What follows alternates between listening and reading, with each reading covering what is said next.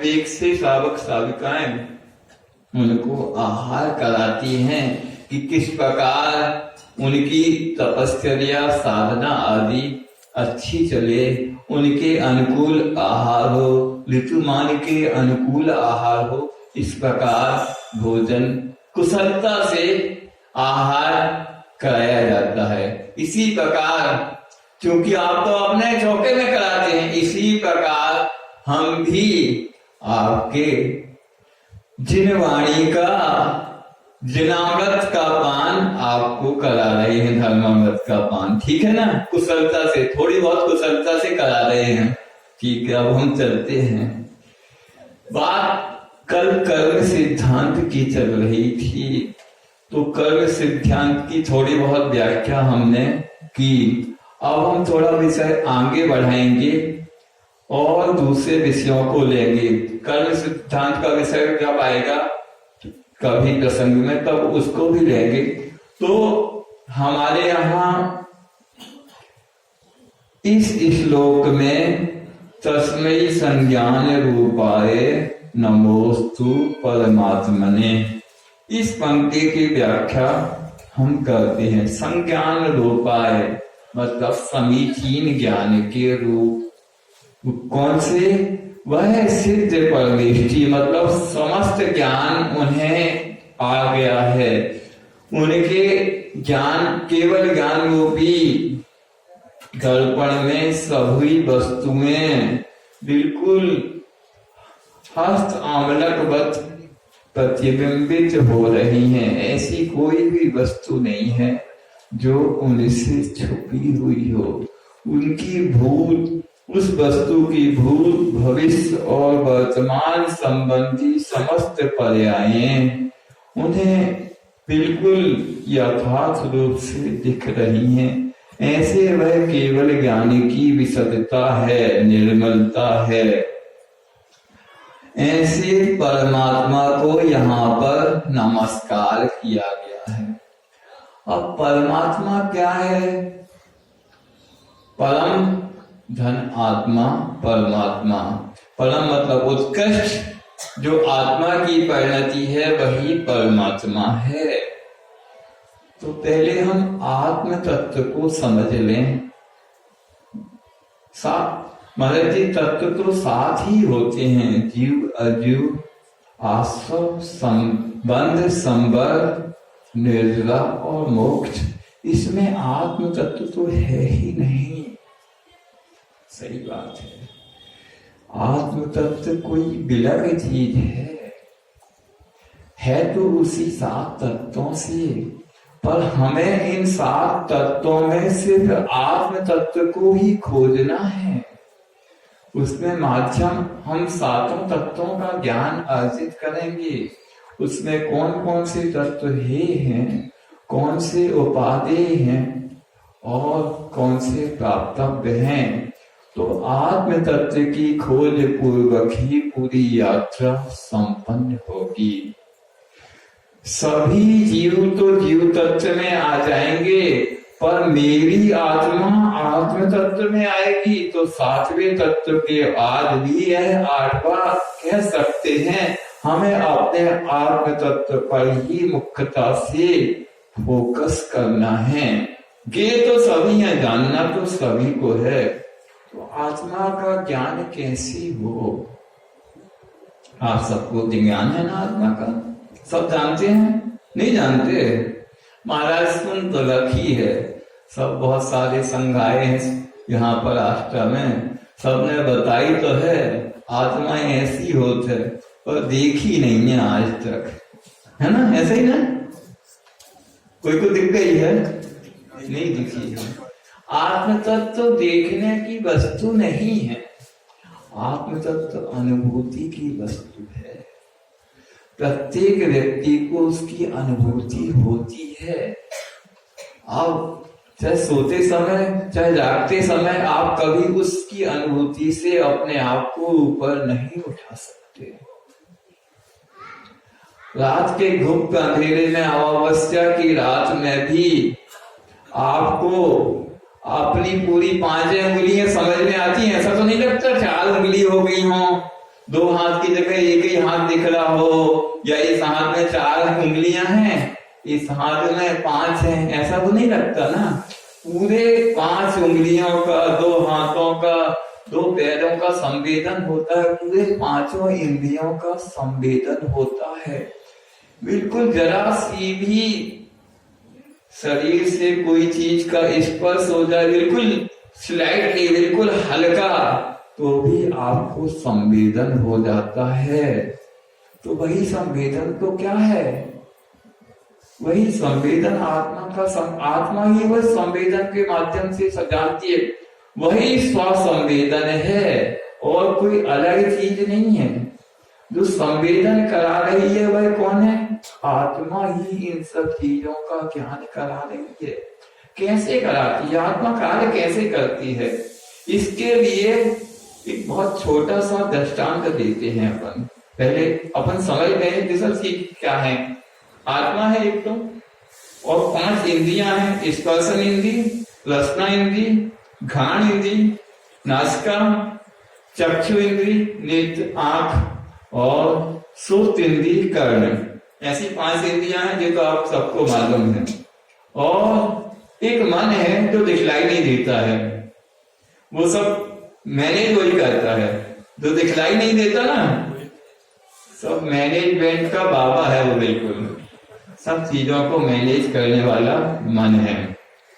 और एक आत्मा है, इतना अपन श्रद्धान करके चले अभी थोड़ी देर के लिए। तो क्या हो गया, एक उदाहरण के माध्यम से हम समझते हैं। जैसे कोई कंपनी है, उस कंपनी में एक कंपनी का मालिक होता है, एक मैनेजमेंट होता है, और वर्कर्स होते हैं, कर्मचारी होते हैं। 3 ही, कोई भी कंपनी में 3 ही अंग होते हैं। तो उन 3 अंगों में जो मालिक है कंपनी का, तो हमारी भी एक कंपनी है, आत्मा उस कंपनी की मालिक है, और मन मैनेजर का काम करता है, पूरी चीजों को मैनेज करता रहता है मन। चाहे इंद्रियों को मैनेज करे, 5 इंद्रियों को कोई मैनेज करेगा, वही आदेश देता है तुम्हें ये चखना है, तो हम चखने लगते हैं, अच्छा लग रहा है और ले लो, और ले लेते हैं। अब मन को कितना अच्छा लगेगा, कहते ना, तन की भूख तनक सी, आध पावया सिर, मन की भूख अपार है, लीलन चाहे सुमेर। मतलब शरीर की भूख कितनी है? आध पाव मतलब 100 ग्राम आटा, क्या बस इतने ही है, ज्यादा बस 1 पाव आध पाव में हो जाएगा काम। 100-200 ग्राम में आटे की रोटी बन जाए, उतने में पेट भर जाएगा। चाहे आप लोग क्या वो बनाते हैं, बापला बाटी, क्या बनता है यहाँ मालवा में चलता ना वो, दाल बाफले, दाल बाटी, तो वो 100-200 ग्राम आटे में आपका पेट भर जाएगा, इतने ही है। पर मन की भूख अपार है, सुमेरु पर्वत भी आ जाए तो उसके मन के सामने छोटा पड़ जाएगा। तो इस प्रकार मन है, मन ही हमारे प्रत्येक कार्यों को, प्रत्येक इंद्रियों को मैनेज करता है। अब वास्तव में आत्मा की हम चर्चा कर रहे हैं, जो आत्मा हमारी उस कंपनी का मालिक है, पर बन बैठा क्या उन मालिक है? मन। आत्मा को उसने बिल्कुल साइड में कर दिया है, बस कौन की चलती है? मन की चलती है बिल्कुल सत्ता। जैसे कई बार कंपनियों में भी ऐसा ही होता है, मैनेजर बिल्कुल सर्वे सर्वा हो जाता, मालिक को कोई जानते नहीं है, क्योंकि मालिक आते ही नहीं है। सब लोग कर्मचारी सब मैनेजर से ही बात करते, वही पेमेंट करता, वही काम बताता है, तो उसी को सब जानते हैं। ऐसे ही हमारी स्थिति बन गई है, हम भी जानते नहीं आत्मा कौन है, कहाँ किस कोने में पड़ी रहती है। हम किसको देखते हैं? मन रूपी मैनेजर को ही देखते हैं, वही हमें आदेशित करता है, तुम्हें ऐसा करना है, इंद्रियों को आदेशित करता है ऐसा करना है, आंखों को आदेशित करेगा कि आपको बिल्कुल रंगीन चित्र देखना है, कश्मीर की ओर ले चलो, तो कश्मीर की ओर चले जाते हैं हम। आदि आदि। अभी ठंड है, देखो ठंड बहुत है, बाहर नहीं निकलना, बहुत बहुत कोल्ड है। प्रशासन ने 4 दिन के कोल्ड डे घोषित कर रखे हैं। कौन कर रहा? मन। तो यह सब जो हमने एक कंपनी के वृत्तांत के माध्यम से आपके पास रखा है। कई बार होता क्या है, हम जब तक मन के अधीन हैं तो क्या है? पराधीन हैं। जब आत्मा स्वतंत्र हो जाएगा तो हम स्वाधीन होंगे। जब तक मन के अधीन है, और इंद्रियां तो मन के ही अधीन हैं। तो जो आत्म तत्व है, जब हम अपने आत्म तत्व को पहचान लेंगे, अपनी आत्मा की अनंत शक्ति को जान लेंगे, तो हम मन और इंद्रियों के दास नहीं होंगे। मन और इंद्रियां हमारी दास होंगी। तो हम अभी तक संसार में क्यों भटक रहे हैं? क्योंकि हमारी आत्मा परतंत्र है, स्वतंत्र नहीं हुई है। हम मन और इंद्रियों के दास हैं। तो आत्मा के स्वरूप को छेड़ाला काल कहते हैं। बहिरात्म, अंतरात्म, परमात्म जीव त्रिधा है।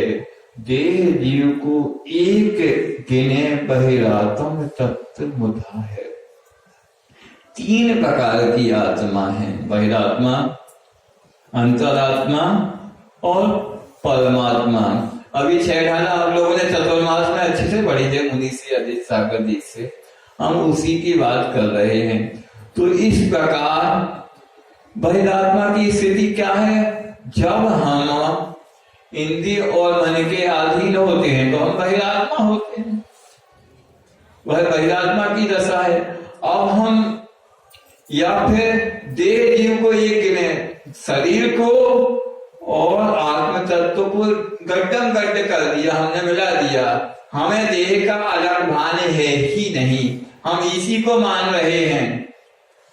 शरीर को ही हम अपना मान रहे हैं, वही हमारी आइडेंटिटी है, वही हमारी पहचान है।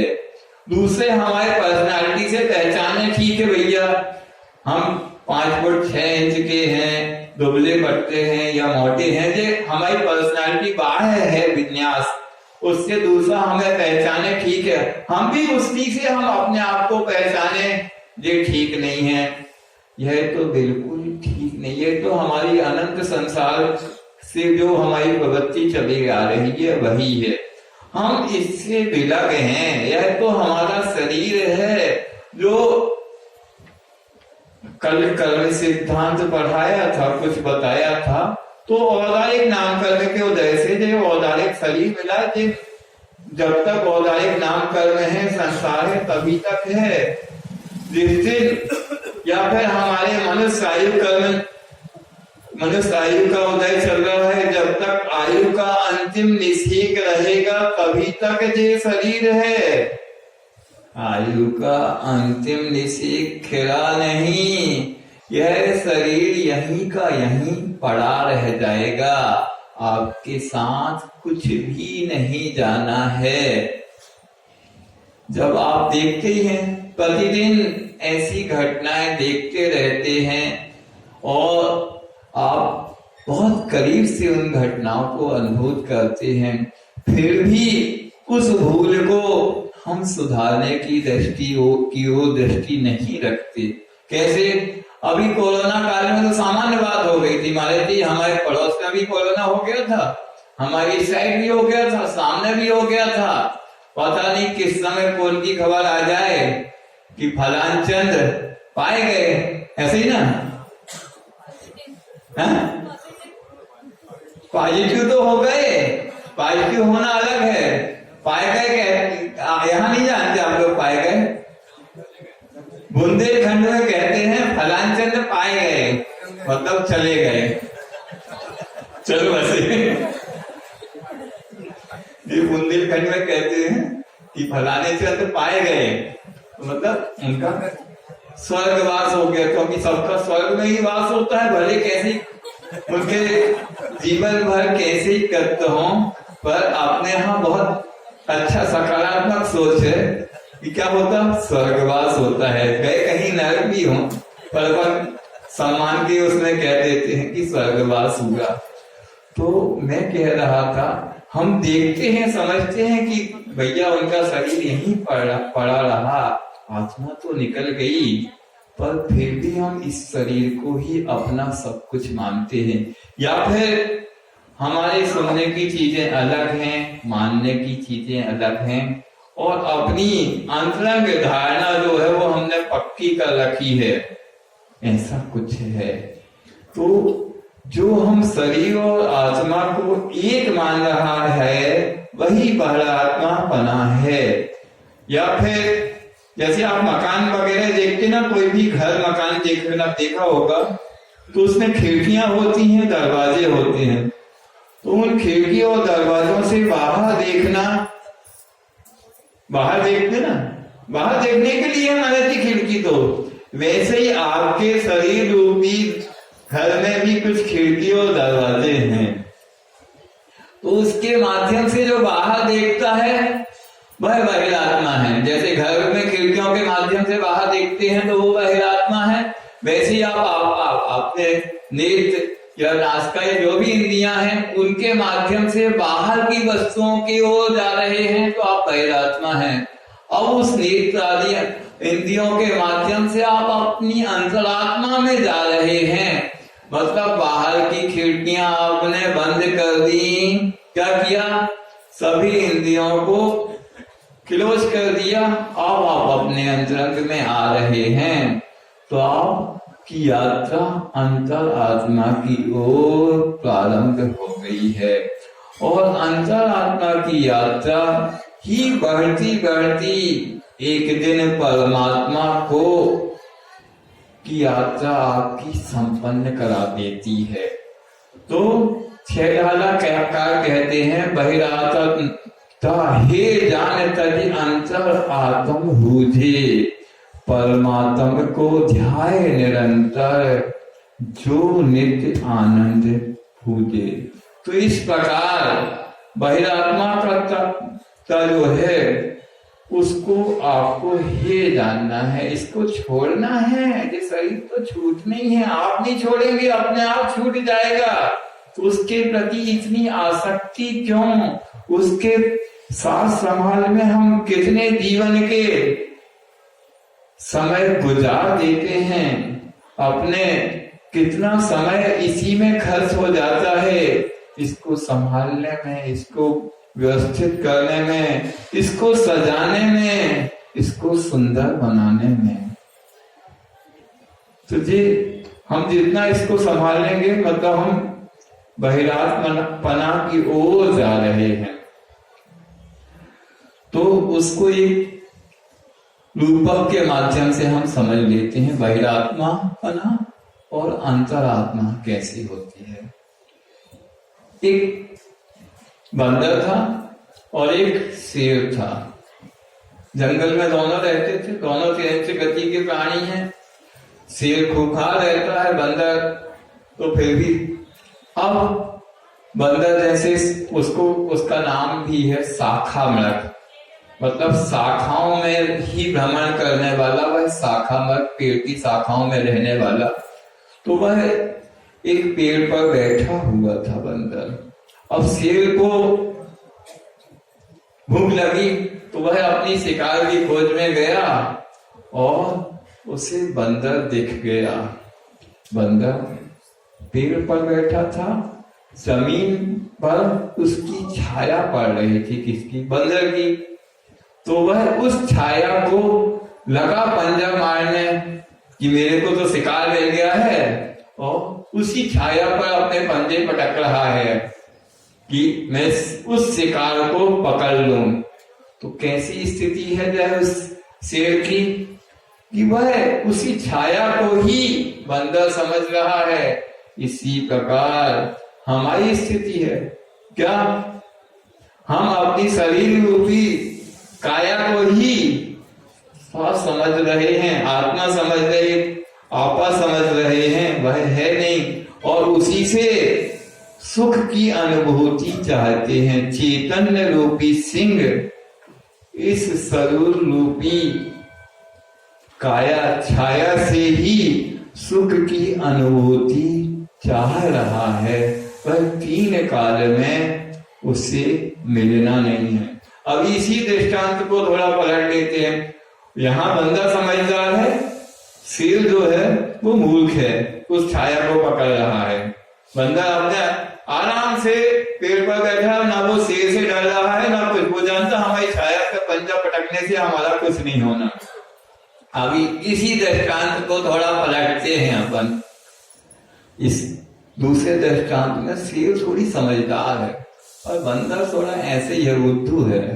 अब शेर को भूख लगी, वह पुनः निकला। बंदा पेड़ पर बैठा था, उसने उसकी छाया पर एक पंजा मारा। वो बंदर तड़पने, अरे शेर आ गया, वो हमारा शिकार कर देगा, मेरा क्या होगा। गया वो घबराने लगा। जैसे ही उसकी छाया पर पंजा मारा शेर ने, वो घबराने लगा। डाल बहुत जोर से पकड़ा था और वो गिर गया कि उसने हमारी छाया पे हमारे ऊपर हमला कर दिया है। इस दहशत में वह शेर ऊपर से नीचे टपक गया, शेर ने उसका शिकार कर लिया। तो हमारी यही परिणति है, जो शरीर है, जो काया है, वह हमारी नहीं है, पर हम उसको अपना मान के सुखी और दुखी होते रहते हैं। नहीं होते रहते। इसको कुछ हो गया तो हम सब कुछ हमारा चला गया। ऐसा अभी कोरोना काल में मैं बता दूं, बहुसंख्यक लोग कोरोना से नहीं मरे हैं। कैसे मरे हैं? कोरोना की दहशत में चले गए। वो तो जैसे ही खबर मिली कोरोना पॉजिटिव आ गए तो अच्छी तो बात है, पॉजिटिव थिंकिंग रखना चाहिए। नहीं, ये नेगेटिव हो गए, उनकी पूरी नेगेटिविटी आ गई, फिर चले गए। तो क्यों? अब क्या होगा, इस शरीर का क्या होगा, कौन ध्यान रखेगा, हमें बिल्कुल हॉस्पिटल में बंद कर दिया जाएगा, ऐसा कर दिया जाएगा। कुछ नहीं, कोरोना इतनी कोई भयानक बीमारी नहीं है, पर हमारी मानसिक भय, हम इससे इतने पीड़ित हो गए कि हम उसी में चले गए। जैसे हुई बंदर की दशा हुई, जैसे ही बंदर को की छाया पे शिव ने पंजा मारा, बंदर नीचे लुढ़क गया। वैसी दशा हमारी हुई। जैसे ही हमें पता चला, जिनको पता चला होगा कोरोना हो गया, वे घबरा गए, उनने अपना पूरा आत्मविश्वास ही खो दिया। यदि आपको अपने आत्मा की अनुभूति होती, प्रतीति होती, तो ये स्थिति हो ही नहीं सकती थी। ऐसी कई बीमारियां आती हैं, जाती रहती हैं। हम अपने आत्मविश्वास